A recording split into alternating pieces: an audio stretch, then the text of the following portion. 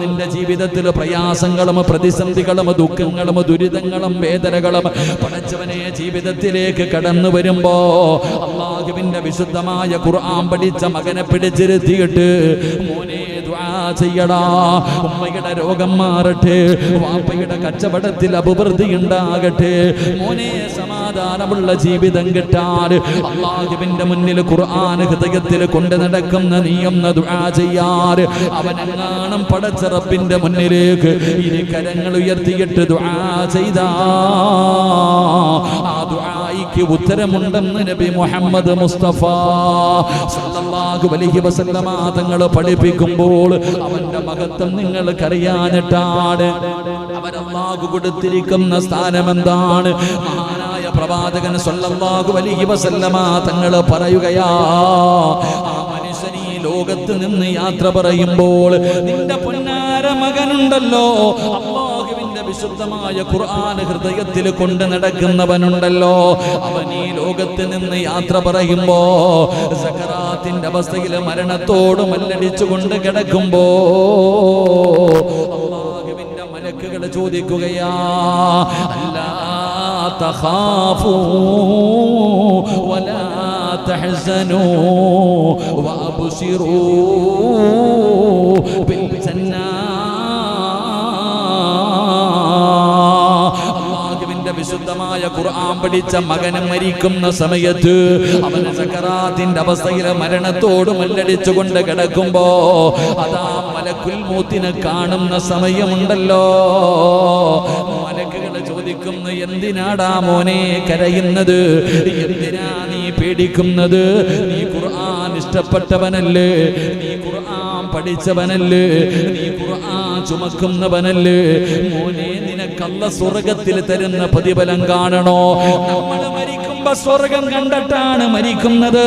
ഒരു മുഅ്മിൻ മരിക്കുന്ന സമയം അല്ലാഹുവിനെ ഭയന്നുകൊണ്ട് തഖ്വയായ ജീവിതം നയിച്ച് നടന്ന മനുഷ്യൻ മരിക്കുമ്പോ അവൻ സ്വർഗം കണ്ടിട്ടാണ് മരിക്കുന്നത്. എങ്കിൽ അല്ലാഹുവിന്റെ ഖുർആൻ പഠിക്കുന്നവർ മരിക്കുമ്പോൾ, അല്ലാഹുവിന്റെ ഖുർആൻ ചുമന്നവർ മരിക്കുമ്പോ സ്വർഗത്തിലെ ഇരിപ്പിടമാ അല്ലാഹു കാണിച്ചു കൊടുക്കുന്നത്. ഇതാണ് സ്വർഗമെന്നല്ല പറയുന്നത്, ഇതാടാ നിനക്കല്ല തരുന്ന പ്രതിഫലം, സ്വർഗത്തിലെ നിന്റെ ഇരിപ്പിടം ഇതാടാ, സ്വർഗത്തിലെ നിന്റെ വീടിതാടാ. വഅബ്ശിറൂ ബിൽ ജന്നാ. സ്വർഗം ഇങ്ങനെ കാണിച്ചു കൊടുത്ത് സ്വർഗത്തിലെ തന്റെ സ്ഥാനം ഇങ്ങനെ കാണിച്ചു കൊടുക്കുകയാ. അല്ലാഹുവിന്റെ റസൂല് പറഞ്ഞു കിട്ടുന്ന രണ്ടാമത്തെ പ്രതിഫലം, മൂന്നാമത്തെ പ്രതിഫലം എന്തെന്നറിയോ?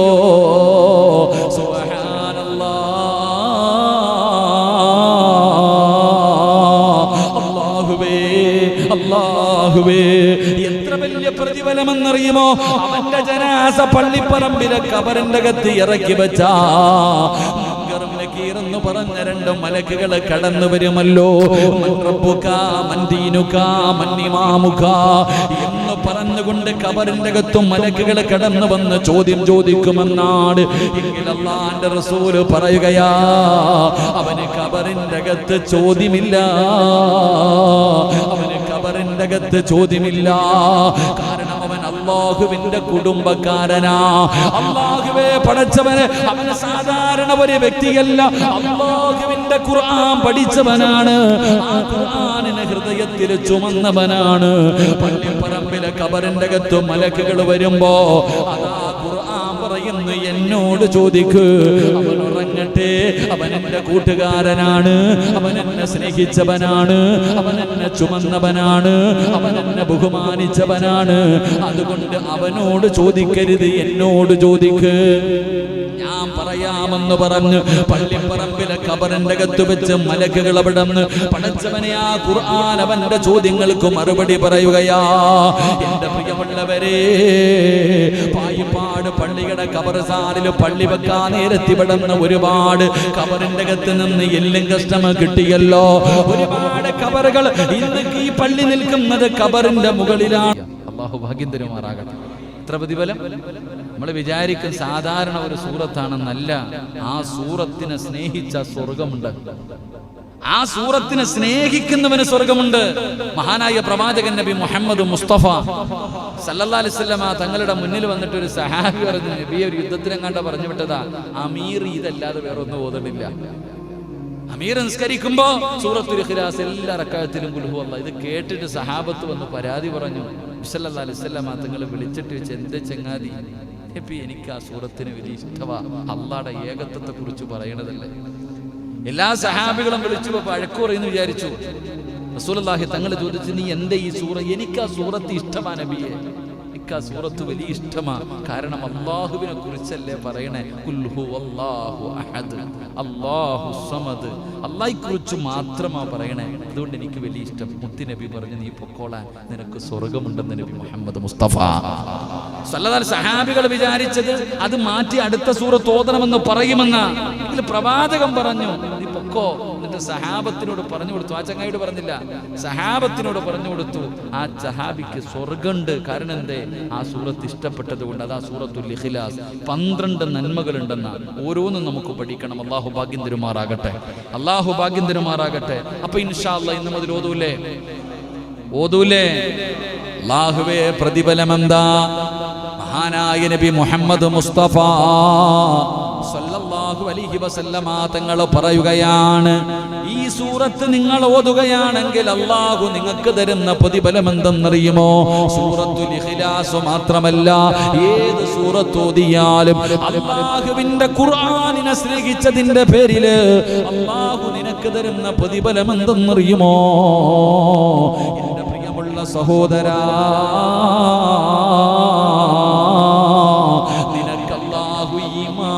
ഒരു മരണം തരികയാണ്. ഈമാനുള്ള ഒരു മരണം. അല്ലാഹു നിനക്ക് ഈമാനുള്ള ഒരു മരണം തരും. പടച്ചവനെ, നീ മരിച്ചു കിടക്കുമ്പോ നിന്റെ മയ്യത്ത് കാണുന്നവർ കൊതിക്കുകയാ, അല്ലാഹുവേ ഇതെന്തൊരു മരണമാണ് തമ്പുരാന്, എന്തൊരു പ്രകാശമാണ് തമ്പുരാന്, എന്തൊരു പുഞ്ചിരിയാണ് തമ്പുരാന്. അല്ലാഹുവേ, ഇങ്ങനെ ഒരു മരണം തരണേ അല്ലാ. എന്റെ പ്രിയമുള്ളവരെ, നിന്റെ ജനാസ കാണുന്നവർ മുഴുവനും കൊതിച്ചു പോവുകയാണ്. പടച്ചവനെ, ഈമാനുള്ള ഒരു മരണം അല്ലാഹു നിനക്ക് തരികയാ. 2, മഹാനായ നബി മുഹമ്മദ് മുസ്തഫ സല്ലല്ലാഹു അലൈഹി വസല്ലമ തങ്ങൾ പറയുകയാ, ഇതൊരു ചെറിയ സൂറത്താണെന്ന് നിങ്ങൾ ഒരിക്കലും കരുതരുത്. ഇതിന്റെ പ്രതിഫലമാണ് പറയുന്നത്.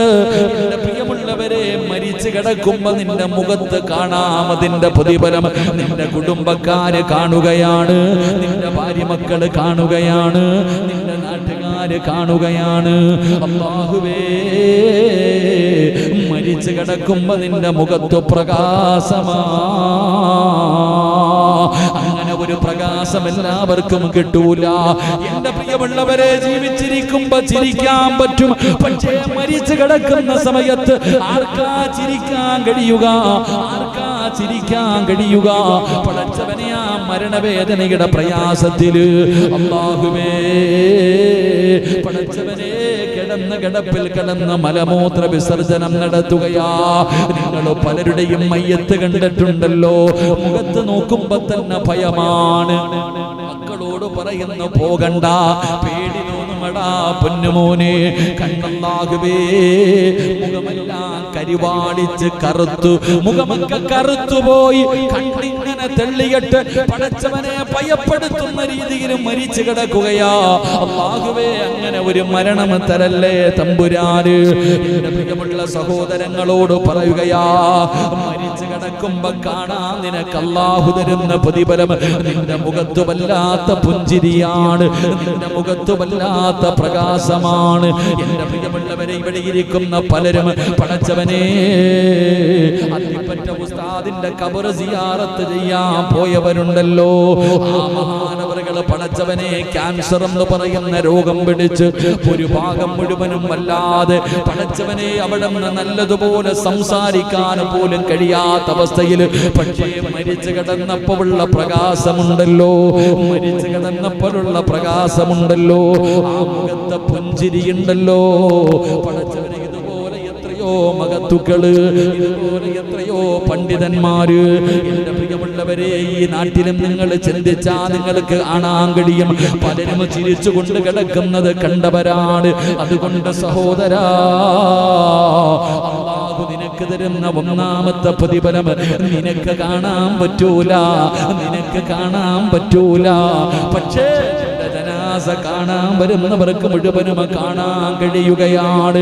ഈമാനുള്ള ഒരു മരണം അല്ലാഹു നിനക്ക് തരികയാ. 2, അല്ലാഹുവേ പടച്ചവനെ, മലക്കുകൾ കരയുകയാണ്, മലക്കുകൾ കരയുകയാ. അല്ലാഹുവിന്റെ റസൂലല്ലേ പറഞ്ഞത്, അല്ലാഹുവിന്റെ റസൂലല്ലേ പറഞ്ഞത്, സഹാബാ പായിപ്പാട് ചില വീടുകളിലും മലക്കുകൾക്കറിയാം. ചില വീടുകളും മലക്കുകൾക്ക് പരിചയമുള്ള വീടാണെന്ന് നബി മുഹമ്മദ് മുസ്തഫ സല്ലല്ലാഹു അലൈഹി വസല്ലം തങ്ങൾ പറഞ്ഞു. മലക്കുകൾക്കറിയാം നിന്റെ വീട്. ഇനിയിപ്പോ നമുക്കറിയോ? നിങ്ങൾ ഇരിക്കണ എല്ലാവരുടെ വീട് നിങ്ങൾക്കറിയോ? അറിയോ? അറിയില്ല. പക്ഷെ ആർക്കറിയാം? അള്ളാന്റെ മലക്കുകൾക്കറിയാം, അള്ളാഹുവിന്റെ മലക്കുകൾക്കറിയാം. മലക്കുകൾ ആകാശത്ത് നിന്ന് ഭൂമിയിലേക്ക് നോക്കുമ്പോ ചില വീട് പ്രകാശിക്കും അത്രേ. ഏത് വീട്? ഖുർആൻ ഓതുന്ന ഭവനം, ഖുർആൻ ഓതുന്ന വീട്. ഇനി ഏതെങ്കിലും ഒരു ദിവസം, എല്ലാ ദിവസവും നിന്റെ വീട്ടിൽ നിന്ന് ഖുർആൻ പാരായണം കേൾക്കാറുണ്ട്, ഒരു ദിവസം കേട്ടില്ലെങ്കിൽ മലക്കുകൾ പറയത്ര, അല്ലാ ആ സിറാജിന്റെ വീട്ടിൽ നിന്ന് ഖുർആൻ ഓതുന്നത് കേൾക്കണില്ലല്ലോ, അല്ലാ ആ ചങ്ങാതിക്ക് സുഖമില്ലെന്ന് തോന്നുന്ന പടച്ചവനെ ദുആ ചെയ്യത്രേ. അല്ലാഹുവേ, എന്തെങ്കിലും ഒരു കുഴപ്പമുള്ളത് കൊണ്ടല്ലേ ഖുർആൻ ഓതാത്തത്? പടച്ചവനെ, അല്ലാഹുവേ നീ പുറത്തു കൊടുക്ക്, ശിഫ കൊടുക്ക്, നീ കരുണ കാണിക്ക് എന്ന് മലക്കുകൾ പോലും ദുആ ചെയ്യുമെന്ന് ആദരവായ പ്രവാചകൻ നബി മുഹമ്മദ് മുസ്തഫ സല്ലല്ലാഹു അലൈഹി വസല്ലം. മലക്കുകൾക്ക് പരിചയമുള്ള ചില വീടുകളുണ്ട്. നമുക്കൊരു ദിവസം ഇത് പഠിക്കണം. അല്ലാഹു ഭാഗ്യം തരുമാറാകട്ടെ. പായിപ്പാടുള്ള ചില വീടുകൾ ആർക്കറിയാം? ജിബിരിയിൽ എന്ന മലക്കിന് പോലും അറിയാം. അങ്ങനത്തെ ചില വീടുകളുണ്ട്. അല്ലാഹു ആ കൂട്ടത്തിൽ നമ്മുടെ ഭവനത്തെ ഉൾപ്പെടുത്തി അനുഗ്രഹിക്കുമാറാകട്ടെ. എൻ്റെ പ്രിയമുള്ള സഹോദരങ്ങളെ, നിന്റെ മരണം മലക്കുകൾക്ക് പോലും വേദനയുണ്ടാക്കും. നിന്റെ മരണം മലക്കുകൾക്ക് പോലും വേദനയുണ്ടാക്കും. മൂന്നാമത്തെ പ്രതിഫലം എന്താ? എന്റെ പ്രിയമുള്ള സഹോദരങ്ങളെ, നീ മരിച്ചു കഴിഞ്ഞു, നിന്റെ മയ്യത്ത് കുളിപ്പിച്ചു കഴിഞ്ഞു, നിന്റെ മയ്യത്ത് കഫം പൊതിഞ്ഞു കഴിഞ്ഞു. സുബ്ഹാനല്ലാഹ്, ഈ പള്ളിയിൽ നിന്ന് മയ്യത്ത് കട്ടിൽ നിന്റെ വീട്ടിലേക്ക് കൊണ്ടുവരികയാ. ഇവിടെ അപ്പൊ മയ്യത്ത് കട്ടിലിരിക്കണ പ്രിയമുള്ള സഹോദരങ്ങളെ, മഹാനായ നബി മുഹമ്മദ് മുസ്തഫ സല്ലല്ലാഹു അലൈഹി വസല്ലമ തങ്ങൾ പറയുകയാണ്, പരിശുദ്ധമായ ഖുർആൻ ഓതുന്നവർക്ക് അല്ലാഹു തരുന്ന പ്രതിഫലം എന്താണ്? എന്റെ പ്രിയമുള്ള സഹോദരങ്ങളെ, മുഅ്മിനീങ്ങളെ, നിങ്ങളുടെ വീട്ടിലേക്ക് മയ്യത്ത് കട്ടിൽ കൊണ്ടുവരുമല്ലോ. കുടുംബക്കാര് മുഴുവനും നിന്നെ കുളിപ്പിച്ച് വെള്ള തുണിയിൽ പൊതിഞ്ഞിട്ട്, നല്ല വസ്ത്രത്തിൽ പൊതിഞ്ഞിട്ട്, പടച്ചവനെ അതാ കുടുംബക്കാര് മുഴുവനും സുഗന്ധമൊക്കെ തേച്ചിട്ട് ആ പള്ളിയിൽ നിന്ന് കൊണ്ടുവന്ന മയ്യത്ത് കട്ടിലിന്റെ മുകളിലേക്ക് നിങ്ങളെ എടുത്ത് കിടത്തിയിട്ട് എല്ലാവരും ലാ ഇലാഹ ഇല്ലല്ലാഹ് എന്ന് പറഞ്ഞുകൊണ്ട് ജനാസ ചുമന്നുകൊണ്ട് വരുമല്ലോ. പള്ളിയിലേക്ക് നിങ്ങളുടെ മയ്യത്തുകൾ കൊണ്ടുവരുമല്ലോ. അല്ലാഹുവിന്റെ ഖുർആൻ ഓതുമെന്ന് തീരുമാനിച്ചവര്, അല്ലാഹുവിന്റെ ഖുർആനിനെ ബഹുമാനിക്കുമെന്ന് ആദരിക്കുമെന്ന് കരുതിയവര്, മനസ്സിൽ നിയ്യത്ത് ചെയ്തവര്, എന്റെ പ്രിയമുള്ളവരെ, എത്രയോ പേര് പരിശുദ്ധമായ ഖുർആനെന്ന് തുറന്നു നോക്കാത്തവരുണ്ട്. പല വീടുകളുടെയും അലമാരിക്കകത്തുള്ള ഒരു കാഴ്ച വസ്തുവായിട്ട് ഖുർആൻ മാറിയല്ലോ. പല വീടിന്റെയും ടിവിയുടെ അടിയില്, പല വീടിന്റെയും തട്ടുംപുറത്ത് പൊടിയടിച്ചിട്ടാണ് അല്ലാഹുവിന്റെ ഖുർആൻ കിടക്കുന്നത്. അതിന്റെ മുകളിലിരിക്കുന്ന പൊടിയൊന്ന് തുടച്ചു കളയാൻ, അതിന്റെ മുകളിലിരിക്കുന്ന പൊടിയൊന്ന് തുടച്ചു കളയാൻ പലരും തയ്യാറാകാറില്ല. അതൊന്ന് തുറന്നു നോക്കാറില്ല. തുറന്നു നോക്കാറില്ല. എന്റെ പ്രിയമുള്ളവരെ, ശാപമാണ്. ഉസ്താദേ, വീടിന്റെ അകത്ത് സമാധാനമില്ല, വീടിന്റെ അകത്ത് സന്തോഷമില്ല. പടച്ചവനെ, പരാതി പറയുന്ന പിതാക്കന്മാരോട്, നിന്റെ വീടിന്റെ അകത്തിരിക്കുന്ന ഖുർആൻ, അലമാരിക്കകത്ത് നിരത്തി വെച്ചിരിക്കുന്ന ഖുർആൻ, അത് നീ ഒന്ന് തുറക്കാതെ വരുമ്പോ, അതൊന്ന് തുറന്ന് ഓതാതെ വരുമ്പോ, ആ ഖുർആൻ നിന്റെ വീടിന്റെ അലമാരിക്കകത്തിരുന്നിട്ട് ആ ഖുർആൻ പറയുന്നു, നാഥാ, എന്നെ ഒന്ന് തുറന്നു നോക്കുന്നത് പോലുമില്ല അല്ലാ.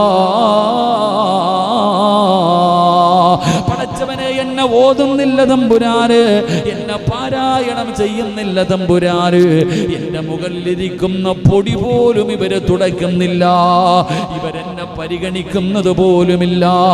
ആ ഖുർആൻ നിന്റെ വീടിന്റെ അകത്തിരുന്ന് നിനക്ക് ശാപമാ. ആ ഖുർആൻ നിന്നെ ശപിക്കുകയാണ്. പിന്നെ എങ്ങനെയാണ് നിന്റെ വീടിന്റെ അകത്ത് സമാധാനമുണ്ടാകുന്നത്, സന്തോഷമുണ്ടാകുന്നത്, നിന്റെ വീട്ടിൽ അഭിവൃദ്ധി ഉണ്ടാകുന്നത്, നിന്റെ വീടിന്റെ അകത്ത് ബറക്കത്തുണ്ടാകുന്നത്? അതുകൊണ്ട് എന്റെ പ്രിയമുള്ളവരെ, ഖുർആനിനെ ഹൃദയത്തിലേക്ക് ചേർത്ത് പിടിച്ചോ. നിർബന്ധമായിട്ടും പടച്ചവനെ, നീ നിന്റെ ഭാര്യയോട്, നിന്റെ മക്കളോട് പറയണം, മഗ്രിബ് നമസ്കാരം കഴിഞ്ഞാൽ ഒരു 5 മിനിറ്റെങ്കിലും ഈ വീടിന്റെ അകത്തിരുന്ന് ഖുർആൻ ഓതണം. അത് നിർബന്ധമാക്കണേ. അല്ലാതെ നീയും നിന്റെ കുടുംബവും ഖുർആനിന്റെ ശാപം കിട്ടുന്നവരാകരുത്. എങ്കിലും നിങ്ങൾക്ക് കിട്ടുന്ന പ്രതിഫലം എന്താ? എന്റെ പ്രിയപ്പെട്ട സഹോദരാ, എന്റെ പ്രിയപ്പെട്ട ചെറുപ്പക്കാരാ,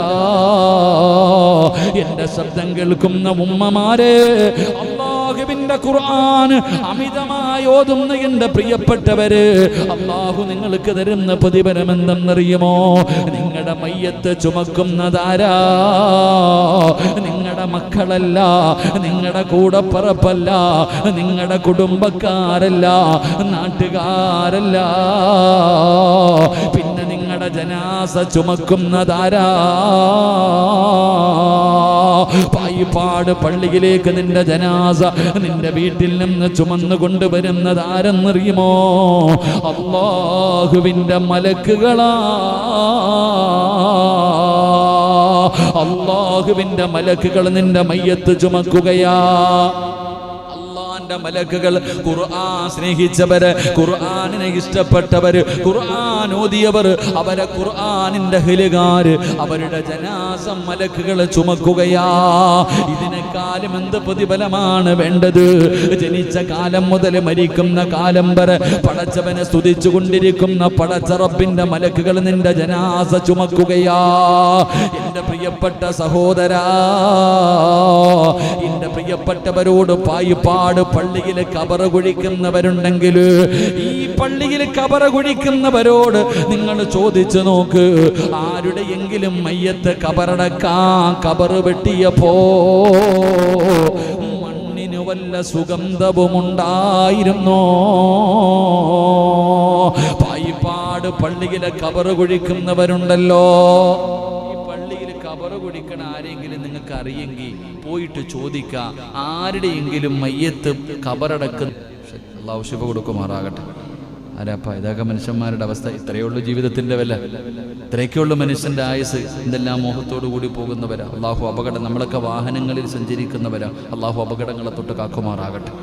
അല്ലാഹു അപകടങ്ങളെ തൊട്ട് കാക്കുമാറാകട്ടെ. ജീവിതത്തിൽ ഇത്രയേ ഉള്ളൂ. രാത്രി ഭാര്യയുടെ കൂടെ, മക്കളുടെ കൂടെ ഭക്ഷണം കഴിച്ച് കിടന്നുറങ്ങാൻ പോകുന്നവർ, ഇത്രയോ ജീവിതം. ഒരൊറ്റ നിമിഷം കൊണ്ടാണ് എല്ലാം പോകുന്നത്. എല്ലാം ഒറ്റ സെക്കൻഡുകൾ കൊണ്ട്. കഴിഞ്ഞ ആഴ്ചയാണെന്ന് തോന്നുന്നു തിരുവല്ലയിൽ ആക്സിഡന്റ് പറ്റിയത്. ഇതെല്ലാം പ്രതീക്ഷയോടുകൂടി വരുന്നവർ. ആലപ്പുഴ ബൈപ്പാസ് തുറന്നതേ ഉള്ളൂ, എത്ര അപകടം കഴിഞ്ഞപ്പോൾ തന്നെ പായുകയാ. വണ്ടികൾ കിട്ടിക്കഴിഞ്ഞാൽ കുട്ടികളൊക്കെ പ്രത്യേകം ശ്രദ്ധിക്കണം. വണ്ടി കിട്ടിയാൽ പിന്നെ ആക്സിലേറ്റർ കൂട്ടാ 150 100. എന്തെന്നറിയോ? ഗെയിം കളിച്ച് പഠിച്ചു. ചെറിയ കുട്ടികൾ മുഴുവൻ ഇന്ന് ബൈക്ക് എടുത്തു കഴിഞ്ഞാൽ ഒരു സ്പീഡ് കൂടാനുള്ള കാരണം എന്തേ? ഇപ്പൊ ഗെയിമുകൾ ഇങ്ങനെ ഓടിച്ച് പഠിച്ചു അവസാനം ഇപ്പൊ അങ്ങനത്തെ ബൈക്ക്, ഇങ്ങനത്തെ ബൈക്ക്, പിന്നെ കയറിയിരുന്ന് കഴിഞ്ഞാൽ ഫ്ലൈറ്റിൽ ഓടുന്നത് പോലെ. അല്ലാഹു നമ്മുടെ മക്കളെ കാത്തിരക്ഷിക്കുമാറാകട്ടെ. അല്ലാഹു നമ്മുടെ മക്കളെ കാത്തിരക്ഷിക്കുമാറാകട്ടെ. എൻ്റെ പ്രിയമുള്ള സഹോദരങ്ങളെ, ഇവിടെ ഖബറ് കുഴിക്കുമ്പോൾ നിങ്ങൾ ആരെങ്കിലും കുഴിച്ചിട്ടുണ്ടോ? ഖബറ് കുഴിച്ചിട്ടുണ്ടോ? അപ്പോൾ ആരെങ്കിലും ഖബറ് കുഴിച്ചിട്ടുണ്ടോ? ഉണ്ടോ? കൈ പൊക്കിക്കേ. ഖബറ് കുഴിച്ചവർ കൂടിയിട്ടുണ്ട്. അൽഹംദുലില്ലാ. ആരെങ്കിലും ഒരു മയ്യത്തിന് ഖബറ് കുഴിച്ചു കൊടുത്താൽ അവനൊരു വീട് വെച്ച് കൊടുക്കുന്ന പോലെ. ഈ പായിപ്പാടൊരു വീട് കെട്ടി എത്ര കൊല്ലം ജീവിക്കും നിങ്ങളൊക്കെ? ഞാനൊരു വീട് പണിതിട്ടുണ്ട്, ഞാൻ എത്ര കാലം ജീവിക്കും? ഞാൻ മരിക്കുന്നതോട് കൂടി തീർന്നു. എന്നാൽ ഞാൻ ഏറ്റവും കൂടുതൽ കിടക്കുന്ന എവിടാ? പള്ളിപ്പറമ്പിൽ. ഇപ്പൊ ഈ പായിപ്പാട് പള്ളിയുടെ ഖബർസ്ഥാനിൽ ഒരു 10, 30, 50 കൊല്ലം മുമ്പ് മരിച്ചവരും കിടപ്പില്ലേ? ഉണ്ടോ? 50 കൊല്ലം. ഇനി എത്ര കൊല്ലം കിടക്കണം? എത്ര കൊല്ലം? അപ്പൊ ഏറ്റവും കൂടുതൽ കിടക്കുന്നത് എവിടാ? ഏറ്റവും കൂടുതൽ കിടക്കുന്നത് എവിടാ? പള്ളിപ്പറമ്പില്. കോടികൾ മുടക്കി വീട് കെട്ടിയിട്ടിട്ടുണ്ട്, അവിടെ കിടക്കാൻ യോഗമില്ല. ഈ പള്ളിപ്പറമ്പിലാ വന്ന് കിടക്കുന്നത്. അതുകൊണ്ടാ പറഞ്ഞ പള്ളിക്ക് വല്ലതും കൊടുക്കാൻ. അതുകൊണ്ടാ പറഞ്ഞത് ഇതല്ലേ തറവാട്, ഇതല്ലേ തറവാട്. അവസാനം വന്ന് കിടക്കേണ്ടത് ഈ താഴെ കാണുന്ന ആ കാട്ടിലല്ലേ? എന്റെ പൊന്നാര സെക്രട്ടറി പ്രസിഡന്റ്, ഒരു ലൈറ്റ് വെക്കണം കേട്ടോ അവിടെ പള്ളിപ്പറമ്പിൽ. ആ പാവങ്ങൾക്ക് ഒരു പ്രകാശം. കാരണം ഖബറിന്റെ അകത്തേക്ക് പ്രകാശം കിട്ടിയില്ലെങ്കിൽ ലൈറ്റെങ്കിലും. ഇതിലെങ്ങോട്ട് ഇറങ്ങാൻ തന്നെ പേടിയാ. സുബ്ഹാനല്ലാഹ്. ഇവിടെ നിന്ന് അങ്ങോട്ട് ലൈറ്റൊക്കെ വെക്കണോപ്പാ. ഖബറാളികളാണെന്ന് പറഞ്ഞിട്ട് അവരെയും നമ്മൾ എന്ത് ചെയ്യാൻ പറയും? ഇരുട്ടിക്കൊണ്ട്. ഒന്നാമതേ ഖബറിൻ്റെ അകത്ത് ഇരുളെന്ത് ചെയ്യും? അപ്പം നിങ്ങൾ പറയും ഉസ്താദ് ഖബറിനകത്ത് തീയുണ്ടല്ലോ, പിന്നെന്തിനാണ്? അങ്ങനെയല്ല. ഇപ്പോൾ അവർ ലൈറ്റൊക്കെ വെക്കണം. ഇൻഷാ അല്ലാഹ് വെച്ചോ.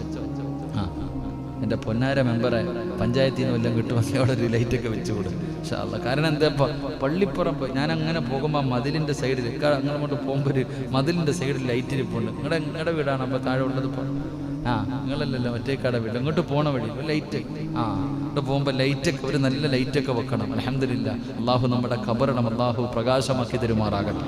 എൻ്റെ പ്രിയപ്പെട്ട സഹോദരങ്ങളെ, ഖബറ് കുഴിച്ചാൽ എന്തേ പ്രതിഫലം? ഒരു വീട് വെച്ചു കൊടുക്കാം. ഖബറാളികൾക്കൊരു വീട് വെച്ചു കൊടുക്കുക. ഖബറ് കുഴിക്കാന്ന് പറഞ്ഞതാ. അള്ളാഹു നിനക്ക് സ്വർഗത്തിൽ ഒരു ഭവനം തരുമെന്ന് നബി മുഹമ്മദ് മുസ്തഫ.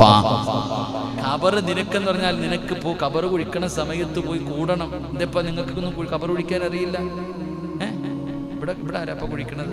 അത് വെളിയിൽ നിന്ന് വിളിക്കുമല്ലേ? ഇവിടെ അങ്ങനെ അതിനൊരു ബാച്ച് വേണം. അതാ ഞാൻ നേരത്തെ പറഞ്ഞത്. പള്ളിയിൽ ഖബറ് കുഴിക്കാൻ അൽഹംദുലില്ലാ ചെറുപ്പക്കാരൊക്കെ ഖബറ് കുഴിക്കാൻ മരിച്ചതിന് ശേഷമല്ലപ്പാ നേരത്തെ ഒരു ഖബറ് കുഴിച്ചിടണം. ആരോ പറഞ്ഞിട്ട് ഇടയ്ക്കിടയ്ക്ക് ഖബറി ഇറങ്ങി കിടക്കണ ഒരു ചങ്ങാതി ഉണ്ടായിരുന്നുണ്ട്. അൻസാരിയാണ് പറയാനിട്ട് ആരോ ഒന്നിറങ്ങി കിടക്കണോപ്പാ, അതൊരു വല്ലാത്തതാ. ഞാൻ ഇറങ്ങിയിട്ടുണ്ട് ഖബറിൻ്റെ അകത്ത്. ഖബറിൻ്റെ അകത്തൊക്കെ ഒന്ന് ഇറങ്ങി നിൽക്കണം, ഒന്ന് നോക്കണം, ഒന്ന് കിടന്നൊക്കെ നോക്കണം. അത് വലിയ പാവമൊന്നുമില്ല, നല്ലതാ. അവസാനം അവിടെ പോയി കിടക്കേണ്ടവരാണെന്നുള്ള ബോധം വരുമല്ലോ. ഒറ്റയ്ക്ക് ഖബറിനൊക്കെ പോയി എന്നിട്ടൊന്ന് ഇറങ്ങി നിൽക്കണം. ഖബറിൻ്റെ അകത്തൊക്കെ ഒന്ന് ഇറങ്ങി ഒന്ന് കിടന്ന് നോക്കണം, നീളമൊക്കെ കറക്റ്റാണോ. നമുക്ക് പേടി അങ്ങോട്ട് പോകാൻ തന്നെ. ഷൗക്കണ്ണൊക്കെ ഇത്തിരി നീളമുള്ളതുകൊണ്ട് ഇപ്പം ഞങ്ങളൊക്കെ ഇത്തിരി നീളമുള്ളവരാ. ഇത്തിരി ഖബറിന് ഇത്തിരി സാധാരണ പോരാ, ഇത്തിരി നീളത്തിൽ വേണം ഇൻഷാ അല്ലാഹ്. ഷൗക്കണ്ണൻ പേടിച്ചു പോയോ? അള്ളാഹു ദീർഘായുസ്സ് കൊടുക്കുമാറാകട്ടെ. പാവം അൽഹംദുലില്ലാ. ഷൗക്കണ്ണൻ പറഞ്ഞിരിക്കുന്ന നേരത്തെ വെട്ടിയിടണമെന്നല്ലേ? എൻ്റെ പ്രിയപ്പെട്ട സഹോദരങ്ങളെ, ഖബറ് കുഴിക്കാൻ കൂടണം കേട്ടോ. ഖബറ് കുഴിക്കുന്നത് കണ്ടാൽ ഇൻഷാ അല്ലാഹ് ജമാഅത്ത് ഇപ്പം തീരുമാനിച്ചിട്ടുണ്ട് നേരത്തെ കുഴിച്ചിടാൻ, നേരത്തെ ഖബറ് കുഴിച്ചിടാൻ. ഖബറ് കുഴിക്കുന്ന സമയത്ത് പോയിട്ട് ഒരു മമ്മട്ടി കൊണ്ടെങ്കിലും ഒന്ന് വെട്ടിക്കൂട്. കാരണം ഒരു വീട് വെച്ച് കൊടുക്കുക. ഒരു ഖബറാളികൾക്ക് നീ ഒരു വീട് വെച്ച് കൊടുക്കുക. ആ വീട് വെച്ച് കൊടുക്കുന്നതിന് പകരം അല്ലാഹ് എവിടെ വീട് തരും? സ്വർഗത്തിൽ വീട് തരും. അപ്പൊ ഇനി മുതൽ ഖബറ് കുഴിക്കുമ്പോൾ കൂടുവോ? ഇവിടെ ചെറുപ്പക്കാർ ഒരുപാട് പേര്, ഇവിടെ ചങ്ങായിമാരെ ഇനി പള്ളിപ്പറമ്പിൽ ഇറങ്ങണം ഖബറ് വെട്ടാൻ കേട്ടോ. അവരൊക്കെ പഠിപ്പിക്കണം. എല്ലാവരും ഖബറ് വെട്ടാൻ അറിയുന്ന ഒരാൾ മതി, പിന്നെ ബാക്കിയൊക്കെ പഠിക്കാൻ. കുഴി വാഴയ്ക്ക് വീട്ടിൽ തെങ്ങിന് പോലും കുഴിയെടുക്കാത്ത ടീമുകളാണ്. എൻ്റെ പ്രിയപ്പെട്ട സഹോദരങ്ങൾ, അള്ളാഹു നമുക്ക് ഈമാൻ തരുമാറാകട്ടെ. ഞാൻ പറഞ്ഞത് ഖബറ് കുഴിക്കുന്ന സമയത്ത് ചിലർക്ക് ഖബറ് വെട്ടുമ്പോൾ ഒരു മണം, ഒരു സുഗന്ധം. ചില ആൾക്കാരെ ഖബറടക്കുന്നതിന് വേണ്ടി ഖബറ് കുഴിക്കുന്ന സമയത്ത് മണ്ണിന് പോലും സുഗന്ധം. ആരുടെ മണ്ണ്? ആർക്ക് വേണ്ടി ഖബറ് കുഴിക്കുമ്പോഴാ?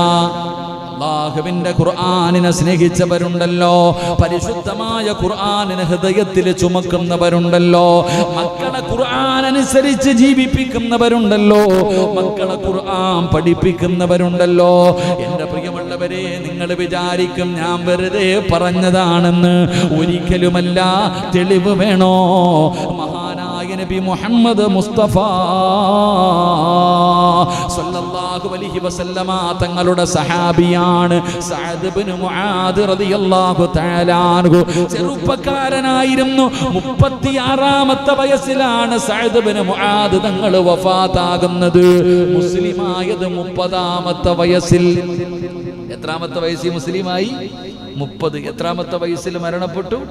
36. 6 വർഷമേ മുസ്ലിമായി ജീവിച്ചുള്ളൂ. നമ്മൾ 50-ഉം 60-ഉമായി. അള്ളാഹു കാക്കുമാറാകട്ടെ. 6 വർഷം മുസ്ലിമായി ജീവിച്ച ഈ സഹാബി മരിച്ചപ്പോ അള്ളാന്റെ അർശ് പോലും കുലുങ്ങി എന്ന് ചരിത്രം പറയാ. ഈ 6 കൊല്ലം മുസ്ലിമായി ജീവിച്ച സഹാബി മരിച്ചപ്പോ അള്ളാഹുവിന്റെ അർശ് പോലും കുലുങ്ങി എന്ന് ചരിത്രം പഠിപ്പിക്കുന്നു. അള്ളാഹു ഈമാൻ തരുമാറാകട്ടെ. അപ്പൊ അതല്ലേ വിശ്വാസി? 60 കൊല്ലം ജീവിച്ചില്ല, 6 കൊല്ലം ജീവിച്ച ഈ 36 വയസ്സുകാരനായി സഹാബി, 36 38 വയസ്സ് ഓർമ്മയില്ല, 6 കൊല്ലമേ ജീവിച്ചുള്ളൂ ചരിത്രം പറയുന്നു. 6 അല്ലെങ്കിൽ 8 വയസ്സ്. ഈ ചുരുങ്ങിയ കാലം ജീവിച്ച ഈ സഹാബി മരിച്ചപ്പോ അള്ളാന്റെ അർശ് പോലും കുലുങ്ങി. ചരിത്രം പറയുകയാ, ഈ സഹാബിയുടെ മയ്യത്ത് കാണാൻ പോയവർക്ക് കൊതി തോന്നി. കാരണം മുഖത്ത് പ്രകാശം, വല്ലാത്ത പുഞ്ചിരിയായിരുന്നു. സഅദ് ഇബ്നു മുആദ് റളിയല്ലാഹു തആല അൻഹു ആ സ്വഹാബി മരിച്ചപ്പോഴാണ് അല്ലാഹുവിന്റെ അർശ് കുലുങ്ങിയത്. പടച്ചവനെ, മലക്കുകൾക്ക് പോലും സങ്കടമായത്. പടച്ചവനെ, പ്രവാചകൻ പറയുകയാണ്, എന്റെ പ്രിയമുള്ളവരെ, ആ സ്വഹാബിയുടെ മുഖത്ത് വല്ലാത്ത പ്രകാശമായിരുന്നു, വല്ലാത്ത പുഞ്ചിരിയായിരുന്നു. അല്ലാഹുവേ, മലക്കുകളാണ് ജനാസ ചുമന്നത്, മലക്കുകളാണ് ജനാസ ചുമന്നത്. അല്ലാഹുവിന്റെ പ്രവാചകൻ സല്ലല്ലാഹു അലൈഹി വസല്ലമ തങ്ങൾ തള്ളവരള കുത്തിയിട്ടാണ് നടക്കുന്നത്, തള്ളവരള കുത്തിയിട്ടാണ് മുത്തുനബി നടന്നത്. ഖബറടക്കാൻ നിൽക്കുമ്പോ പ്രവാചകന്റെ മുട്ട്, അതാ പ്രവാചകൻ തള്ളവരള കുത്തിയിട്ട് നിൽക്കുകയാണ്. അല്ലാഹുവിന്റെ റസൂലിനോട് അതാ ഖബറടക്കി കഴിഞ്ഞപ്പോ സഹാബത്ത് ചോദിക്കുന്നു, നബിയേ, യാ റസൂലല്ലാഹ്, അല്ലാഹുവിന്റെ പ്രവാചകരെ, എന്തേ നബിയേ തള്ളവിരൽ കുത്തിയിട്ട് നിന്നത്? സഹാബാ, സ്ഥലമില്ല സഹാബാ, കാല് കുത്താ സ്ഥലമില്ല സഹാബാ. ആകാശ ലോകത്ത് നിന്ന് 70,000 മലക്കുകൾ ഇറങ്ങി വന്നു, 70,000 മലക്കുകൾ ഇറങ്ങി വന്നു. എനിക്ക് കാല് കുത്താൻ പോലും സ്ഥലമില്ല, എന്റെ തള്ളവിരൽ കുത്തിയിട്ട് നിന്നതാണ് സഹാബാ. 70,000 മലക്കുകൾ. ഇതിനെക്കാലം നിനക്കെന്ത് പ്രതിഫലമാ? ഈ സ്വഹാബിക്ക് കിട്ടിയ പ്രതിഫലമാണ്. എന്റെ പ്രിയമുള്ളവരെ, ചരിത്രം പറയുകയാണ്, ഖബർ കുഴിക്കുന്ന മനുഷ്യനുണ്ടല്ലോ, ഖബർ കുഴിക്കുമ്പോ മണ്ണിന് വല്ലാത്ത സുഗന്ധമാ, മണ്ണിന് വല്ലാത്ത സുഗന്ധമാ. പടച്ചവനെ, ഖബറിന്റെ അവസാനം പണികടിഞ്ഞപ്പോ ഖബറിന്റെ അടിയിൽ നിന്ന് ഒരു പിടി മണ്ണ് വാരുകയാണ്. ഖബറിന്റെ അകത്ത് നിന്ന് അവസാനം ആരും കാണാതെ ഒരു പിടി മണ്ണ് വാരി തന്റെ മടിയിൽ വെക്കുകയാണ്, തന്റെ മടിയിൽ വെക്കുകയാണ്. ഖബറൊക്കെ അടക്കി തന്റെ വീട്ടിലേക്ക് കടന്നു ചെന്നു. ഈ മനുഷ്യൻ വീട്ടിൽ ചെന്ന് നോക്കുമ്പോ വീടിന്റെ അകത്ത് വല്ലാത്ത പരിമളമോ, വീടിന്റെ അകത്ത് വല്ലാത്ത സുഗന്ധമാ. ഈ മനുഷ്യൻ അവിടെ നിന്ന് നോക്കുകയാണ്, എവിടെ നിന്നാ പടച്ചവര് ഈ സുഗന്ധം അടിക്കുന്നത്? എവിടെ നിന്നാണ്? അല്ലാഹുവേ, നോക്കുമ്പോ സഅദ് ഇബ്നു മുആദ് റളിയല്ലാഹു തആല അൻഹുവിന്റെ ഖബറിന്റെ അകത്ത് നിന്ന് വാരിയ മണ്ണിലാ പടച്ചവനെ വല്ലാത്ത സുഗന്ധമായിരുന്നു. അവിടുന്ന് ചരിത്രം പറയുകയാണ്, ആ മനുഷ്യൻ അവിടുന്ന് സ്വപ്നം കാണുകയാ. സഅദ് ഇബ്നു മുആദ് റളിയല്ലാഹു തആല അൻഹുവിനെ സ്വപ്നം കാണുകയാണ്. അവിടുന്ന് ചോദിക്കുന്നു, സഅദേ, ഖബർ കുടിച്ച മനുഷ്യനുണ്ടല്ലോ, അവിടുന്ന് സ്വപ്നത്തിൽ കണ്ടപ്പോ അവിടുന്ന് ചോദിക്കുന്നു, സഅദേ, നീ മരിച്ചപ്പോൾ അല്ലാഹുവിന്റെ അർശ് പോലും കുലുങ്ങിയല്ലോ, എല്ലാവരും കരഞ്ഞപ്പോ നിന്റെ മുഖത്ത് പുഞ്ചിരിയായിരുന്നല്ലോ, നിന്റെ ജനാസ ചുമന്നല്ല മലക്കുകളായിരുന്നല്ലോ, 70,000 മലക്കുകൾ നിന്റെ ജനാസ ഖബറടക്കാൻ കടന്നു വന്നല്ലോ. ഖബർ കുടിച്ചപ്പം മണ്ണിന് പോലും സുഗന്ധമാ, ഖബറിലെ മണ്ണിന് പോലും സുഗന്ധമാ. എങ്ങനെ കിട്ടി മുആദ്? എങ്ങനെയാണ് നിനക്ക് ഈ പ്രതിഫലം കിട്ടിയത്? മഹാനായ സഅദ് ഇബ്നു മുആദ് റളിയല്ലാഹു തആല അൻഹു പറഞ്ഞ മറുപടി എന്തെന്നറിയോ? ഞാൻ ഓതിയ ഖുർആനിന്റെയും ഞാൻ പിടിച്ച സുന്നത്ത് നോമ്പിന്റെയും പ്രതിഫലമാ. ഞാൻ ഖുർആൻ ഓതിയതിന് പടച്ച റബ്ബ് എനിക്ക് തന്ന പ്രതിഫലമാ. ഈ ചരിത്രം നമുക്ക് മറക്കാൻ കഴിയുമോ? ഈ ചരിത്രമാണ് തെളിവ്. എന്റെ പ്രിയമുള്ളവരെ, ഇന്ന് ഈ സദസ്സിലിരുന്നു കൊണ്ട് ഉസ്താദേ ഓർമ്മ വെച്ച കാലം ഓർമ്മയുള്ള കാലത്തോളം മരിക്കുന്ന കാലം വരെ ഞാൻ ഖുർആനിനെ ഇഷ്ടപ്പെടുന്നവനാണ്, ഖുർആനിനെ സ്നേഹിക്കുന്നവനാണ്, ഖുർആനിനെ ആദരിക്കുന്നവനാണ്, ഖുർആൻ ഓതുന്നവനാണ്, ഖുർആൻ പഠിപ്പിക്കുന്നവനാണ് എന്ന് തീരുമാനമെടുത്ത നിങ്ങൾക്ക് അല്ലാഹു തരുന്ന പ്രതിഫലമാ. അതുകൊണ്ട് എന്റെ പ്രിയപ്പെട്ടവരോട് പറയുകയാ, ഖുർആനിന്റെ അഹ്ലുകാരിൽപ്പെട്ടോ. പഠിച്ചവർക്ക് 40 പേര് സ്വർഗത്തിൽ കൊണ്ടുപോകാൻ അവസരം കിട്ടുമ്പോ എന്റെ പ്രിയപ്പെട്ട ഉപ്പാ, ഒരാളെയെങ്കിലും നിനക്ക് കൊണ്ടുപോകണ്ടേ? നിനക്കൊരാളെയെങ്കിലും കൊണ്ടുപോകാൻ അവസരം അല്ലാഹു തരുമെന്ന് ചരിത്രം പറയുമ്പോ വീടിന്റെ അലമാരിക്കകത്തിരുന്ന് പൊടിയടിക്കാനുള്ളതല്ല ഖുർആൻ. കുടുംബത്തിൽ ആരെങ്കിലും മരിക്കുന്ന സമയത്ത് മാത്രം എടുക്കാനുള്ളതല്ല ഖുർആൻ. അത് വീടിന്റെ അകത്തിരിക്കുമ്പോ പലരും അതിന്റെ മുകളിലിരിക്കുന്ന പൊടി പോലും തുടയ്ക്കാറില്ല.